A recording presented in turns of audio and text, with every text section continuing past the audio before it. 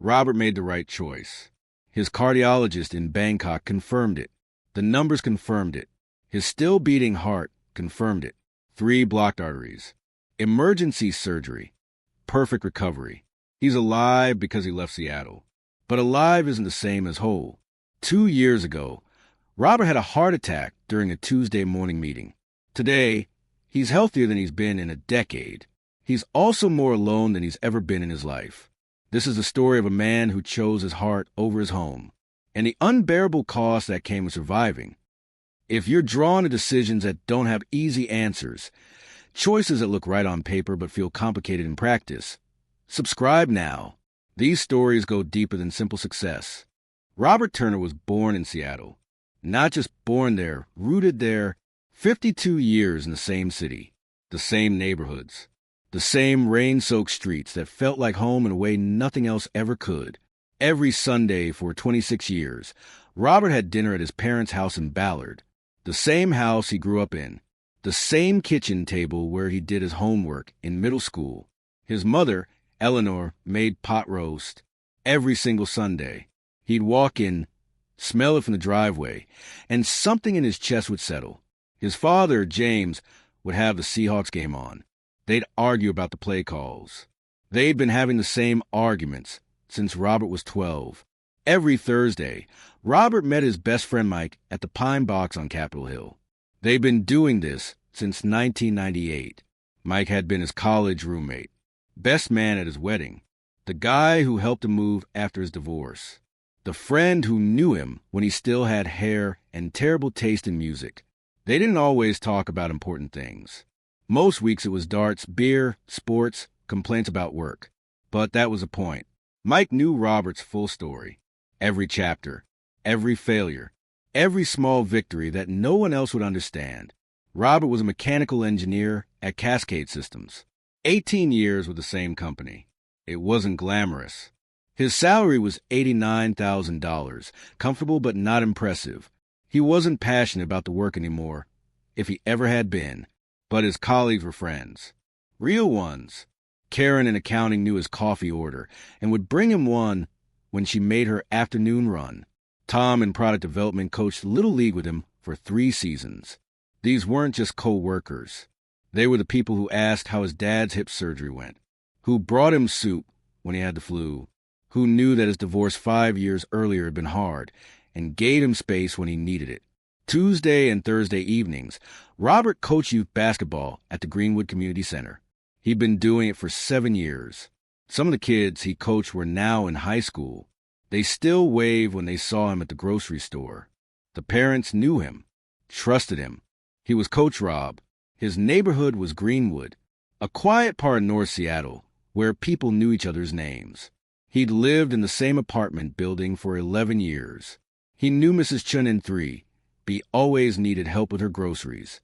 He knew the barista at Pike Grind started making his Americano medium 1 sugar the moment she saw him walk in.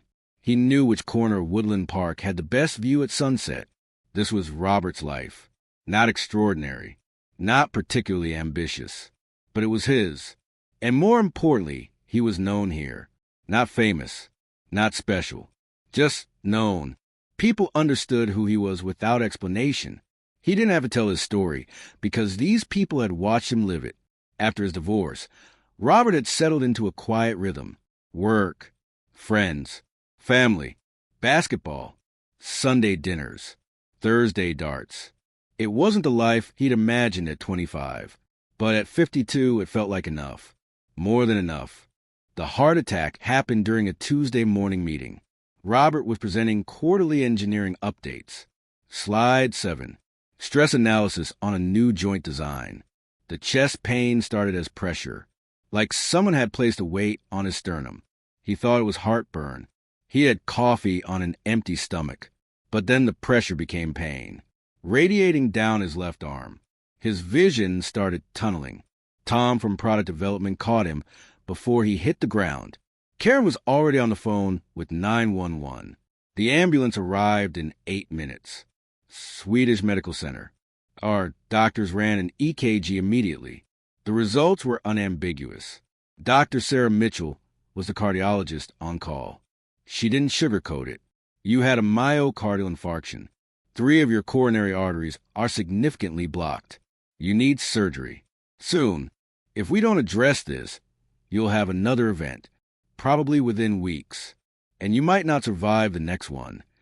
Robert spent that night researching everything. Coronary artery bypass grafting, triple bypass surgery, recovery time, 6 to 12 weeks, success rate, high if done properly. Then he looked at the cost estimate the hospital billing department had left on his bedside table. $183,400. Total estimated cost. His health insurance through Cascade Systems was decent, but it was a high deductible plan. He'd pay $8,000 out of pocket before coverage started, then 20% co-insurance on everything after. Robert ran the numbers 17 times. He kept hoping the math would change. It didn't. $8,000 deductible, plus 20% of $175,400. $35,080 in co-insurance. Total out of pocket, $43,080. Plus his deductible had already been partially used earlier that year for some tests. Real number, $47,200. His entire savings account, $51,300.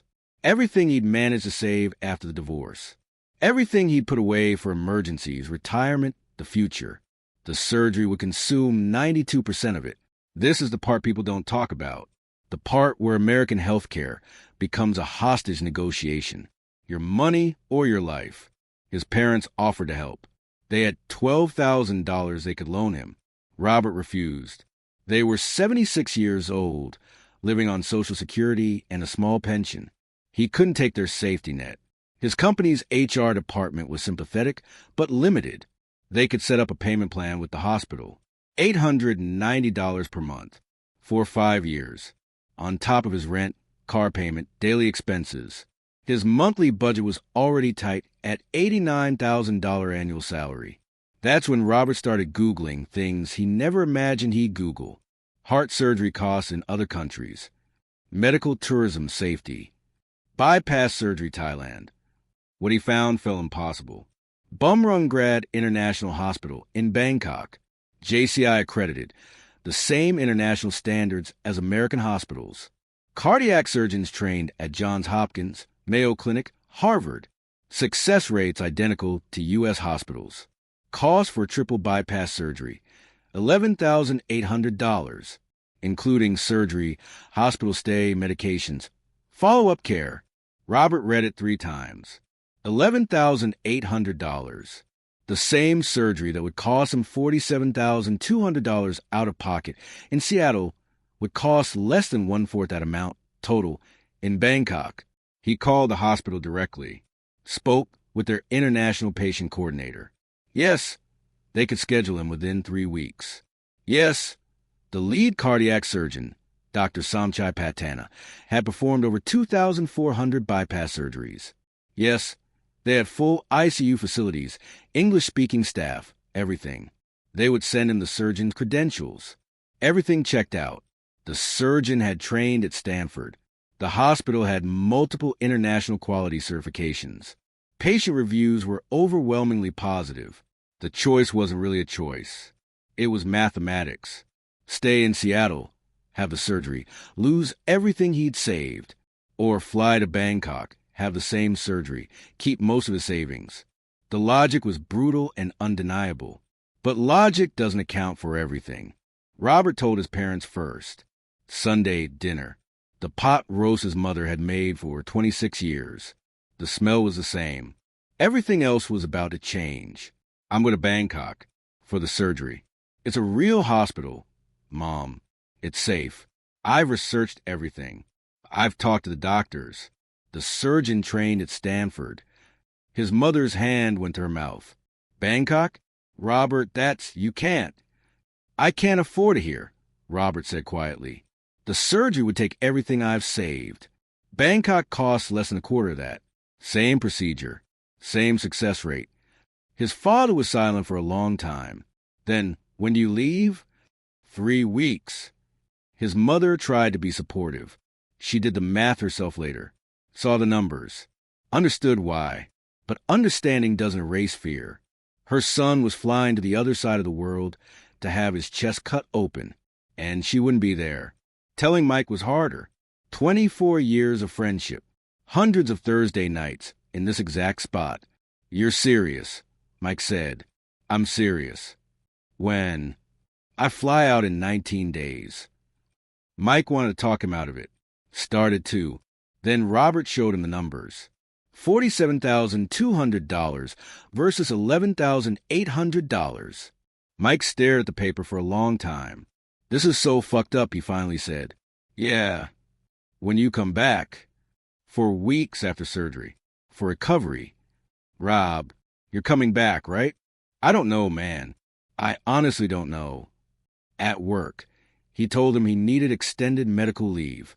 He didn't explain where he was going for surgery, just that he'd be gone for 6 to 8 weeks. Karen brought him a card everyone had signed. Tom gave him a mariner's cap.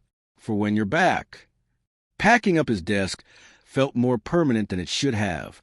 The hardest goodbye was the basketball team. 12 kids who trusted him, parents who relied on him. He told them he'd be back in 8 weeks. But 8 weeks can be a lifetime in a 10-year-old's world. The night before his flight, Robert walked through his neighborhood, said goodbye to places, not just people. The barista at Pike Grind gave him his Americano free. "You come back and tell us about it, okay?" "I will," Robert said. He couldn't sleep that night, not from anxiety about the surgery, but from the growing feeling that he was leaving something behind he might not find again. The flight from Seattle to Bangkok is 15 hours. Robert had 15 hours to second-guess everything. He didn't. The math was too clear.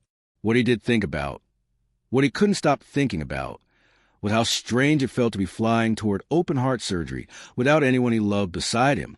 Bangkok hit him like a wall of heat and sound. 92 degrees. Humid. Everything smelled different. The airport was massive, modern. Signs in Thai script he couldn't read. The taxi ride to the hospital took 40 minutes through traffic that made Seattle look calm. Motorcycles weaving between cars. Street vendors selling food he didn't recognize. Temples with golden spires next to glass skyscrapers. Bumrungrad International Hospital looked nothing like Swedish Medical Center in Seattle. It looked more expensive, more modern, marble floors, art on the walls, staff in crisp uniforms speaking perfect English. "Mr. Turner, welcome. Dr. Patana is expecting you tomorrow for your pre-surgical consultation. Let me show you to your room." His hospital room was nicer than his apartment in Seattle. Private, quiet, a view of the city. He video called his parents. They were eating breakfast. It was 7 a.m. in Seattle. It was 9 p.m. in Bangkok. Same day, different world. Dr. Patana reviewed everything the next morning. The blockages, the procedure, the recovery timeline. "You'll stay here in hospital for 5 days after surgery. Then 2 weeks nearby for follow-up. Then you can return home if recovery is progressing well." Home. The word felt complicated now. The surgery happened on a Wednesday morning. Bangkok time. Tuesday night in Seattle.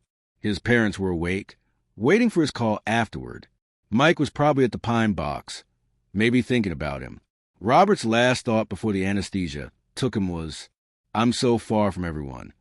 He woke up 6 hours later. The surgery was successful. Perfect, Dr. Patana said. Clean grafts. Strong heartbeat. Excellent outcome. Robert was alive, but he was alone. Not a single person in this building knew him before today. No one who could tell him would be okay in a voice he'd heard 1,000 times before. His phone filled with messages. Everyone checking in, relieved he'd survived. But they were so far away. Recovery was textbook perfect. Medically, 5 days in the hospital, gradual walking, breathing exercises, pain managed. Dr. Patana visited daily, pleased with progress. But every afternoon, visiting hours arrived. Other patients had family flooding in. Thai families bringing home-cooked food, flowers, children visiting parents. Robert ate his meals alone, watched Thai television he didn't understand, texted with people 7,000 miles away. After 5 days, he was discharged to a recovery apartment near the hospital. Small, clean, a bed, a kitchen, a view of the street. He was healing ahead of schedule. His heart, literally, was getting stronger every day. "You look good, honey," his mother said on their video call. She was right. He did look good. The surgeon had been brilliant. The hospital had been flawless. The cost had been exactly what they quoted. Everything had worked perfectly. So why did he feel more broken than before the surgery? 8 weeks after surgery, Dr. Patana cleared Robert for normal activities. "Your recovery is exceptional. Whatever you're doing, it's working. Your heart function is excellent. You can return to your normal life." Normal life. Robert had booked a return flight to Seattle. Departure, 3 days away. He stared at that ticket for 2 hours, and then he started researching something else. The numbers were undeniable. 1-bedroom apartment in decent Bangkok neighborhood, $650 per month. Same quality apartment in Seattle, $1,850 per month. Health care with good international insurance, $180 per month. Same coverage in U.S. for $150 per month minimum, plus deductibles. Food, transportation, daily expenses, 60% less in Seattle. His surgery and 8-week recovery in Bangkok cost him $9,800. In Seattle, he had spent $47,200. He still had $42,000 in savings. He canceled the return flight. Within 3 months, Robert had rebuilt his life. New apartment, comfortable, modern, a quarter the cost of Seattle. Remote contract work with an engineering firm in California. Same type of work. $78,000 annually. Less than Cascade Systems. But his cost of living had dropped by 65%. Net result, he was saving $1,800 per month. In Seattle, he'd been saving $200 per month at best. Financially, this was the best decision he'd ever made. His cardiac health was better than it had been in 15 years. Regular checkups cost $40 per visit. His medications cost $65 per month. In Seattle, the same follow-up care would have cost $380 per visit. Medications $340 per month. Every metric said he'd made the correct choice. He met other expats. Nice people. Interesting lives. Teachers. Digital nomads. Retirees. They shared recommendations for doctors, restaurants, visa runs. Some became friends. The kind of friends you grab lunch with. But they weren't Mike. They hadn't known him for 24 years. They didn't know about his divorce, his struggles, the version of him that existed before. They knew Bangkok Robert, not Seattle Robert. 1 year after his surgery, Robert's life looked successful from every angle. Healthy, financially stable, living in an exciting city. His savings account growing instead of shrinking. His heart functioning perfectly. But his parents were aging. He could see it on video calls. His father was moving slower. His mother forgot things more often. They said they were fine. But Robert had always been able to read the truth in his father's face.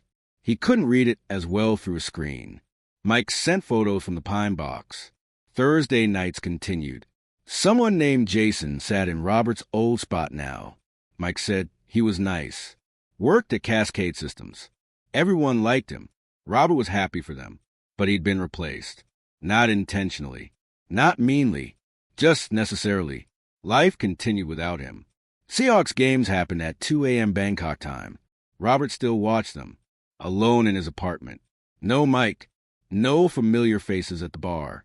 Just him and a screen. He thought about Seattle every day. The rain. The coffee shops. The faces of people who knew him. Not just knew his name. Knew him. Every version. Every era. Every failure and small victory. He was healthier than he'd been in years. He was financially stable for the first time since his divorce. He was alive because of the choice he'd made. But alive didn't mean whole. The call came on a Wednesday afternoon. Bangkok time, 3 p.m. Seattle time, midnight. His mother was crying.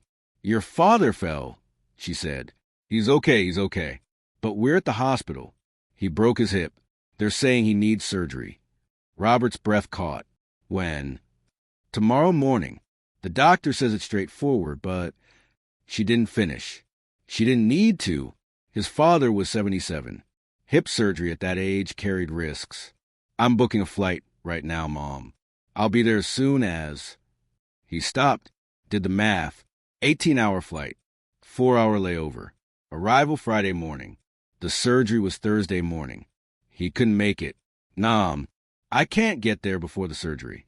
The flight time alone. I know, honey. I know.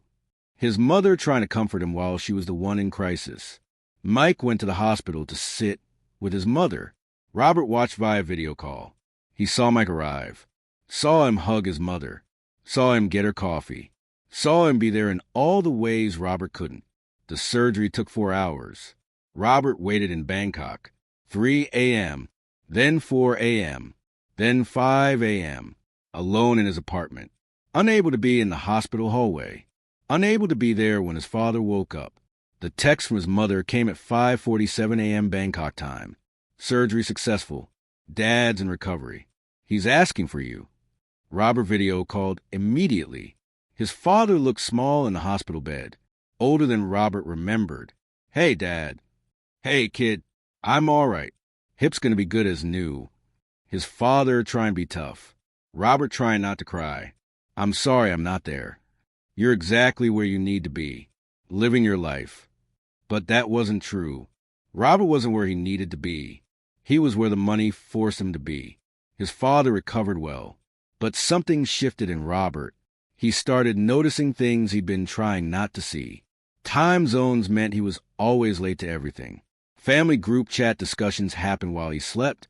By the time he woke up, decisions had been made, conversations had moved on. He was always catching up, always a half step behind the life his family was living without him. His parents' 50th wedding anniversary party. Robert attended via laptop. He was on a screen in the corner of the living room. People waved at him, said hi, moved on. He watched his family celebrate without him being part of it. The photos his aunt posted later. Wish Robert could have been here. Past tense. As if he couldn't have been. But he could have been if he'd stayed in Seattle. If he'd paid the $47,200. If he'd chosen bankruptcy over distance. Mike messaged him one Thursday night. Hey man, Thursday nights aren't the same without you. Jason's cool, but he's not you. Miss you, brother. Robert stared at that message for 10 minutes. Didn't know what to say. Miss you, too, felt insufficient. I'm not coming back felt too final. He disliked the message. The basketball program emailed. They'd found a replacement coach, a guy named David. The kids loved him. But we'd love to have you back if you're ever in Seattle again. If, not when, if. 2 years after his heart surgery, Robert was healthier than he'd been in decades. His savings account was growing. He was financially secure. He could afford his life. But he couldn't afford his father's hip surgery waiting room. He couldn't afford Thursday nights. He couldn't afford Sunday dinners. He couldn't afford being known. The surgery saved his life. But the cost wasn't measured in money. It was measured in missed moments, in being relegated to a screen in the corner, in watching his family's life continue without him in it. Robert still lives in Bangkok. His apartment lease renews automatically now. His routine is established. Morning coffee at a cafe 3 blocks away. Remote work. Solid clients. Steady income. Evening walks along Succumbit. Gym 3 times a week. Saturday morning language lessons. His Thai is getting better. His heart is perfect. Dr. Siraporn says he's healthier than most 50-year-olds she sees. The surgery was a complete success. His savings account has $68,400, more than he's ever had in his life. He's on track to retire comfortably, maybe even early. He has friends, real ones in the way that expats become friends. David from New York, Linda from Australia, Javier from Spain. They meet for dinners, share recommendations, help each other navigate Thai bureaucracy. They're good people, but they don't know Seattle Robert. They know the version that arrived already formed. He video calls his parents every Sunday, 9 p.m. Bangkok time, 6 a.m. Seattle time. They've learned to coordinate around the time difference. His mother makes coffee. His father's hip has healed. They talk about weather, health, small news, but they're not having the conversations they used to have. The ones at dinner tables where comfortable silence means something, where you don't have to explain context because you're living the same life. These are maintenance calls. Loving, but different. Mike sends updates. Seattle News Robert would have known if he'd stayed. The neighborhood is changing. People are moving. Mrs. Chun and 3B pass away. The basketball team won their league. David, the new coach, did a great job. Robert responds with enthusiasm, asks follow-up questions. But he's reading about a place he used to live, not a place he lives in. Holidays are the hardest. Bangkok doesn't do Christmas the same way. It's their decorations in malls, Santa hats on street vendors. But it's not his Christmas. He watches his family celebrate via video. His sister's kids opening presents. His mother's famous cinnamon rolls. Everyone together. Him in a square on a laptop screen. After the call ends, Bangkok is quiet. Just another Thursday night here. Not Christmas Eve. He's learned to cope. His Thai language skills have improved. He can have real conversations now. There are restaurants where the staff recognize him. A gym where the trainer knows his workout routine. Small pockets of familiarity. But it's not the same as being known. The restaurant owner knows he orders pad thai, no peanuts. She doesn't know about his divorce, his father's hip surgery, the 26 years of Sunday dinners. He's learned to be alone in a full city. Bangkok has 12 million people. He's surrounded by humanity every day. And more alone than he was in his Seattle apartment. This is his life now. Not bad, not tragic, just quieter than he thought survival would sound. Robert Turner made the right choice. The cardiologist in Bangkok said so. The bank account proves it. His still-beating heart confirms it every day. $180,000 for surgery in America. $11,800 for identical surgery in Bangkok. The math wasn't complicated. He saved his financial future. He saved his literal heart. But he lost something you can't itemize on a hospital bill. The cost wasn't in dollars. It was in distance. In watching his father recover via video instead of in the hospital room. In being a voice on a phone instead of a presence at Thanksgiving. In having friends who know Bangkok Robert but never knew Seattle Robert. He doesn't regret his choice. He'd make it again. Because the alternative was bankruptcy or death. But that doesn't mean it didn't cost him something. Some choices are right even when they don't feel like victories. Robert made the decision that made sense. For his health, for his money, for his future. But sense and satisfaction aren't the same thing.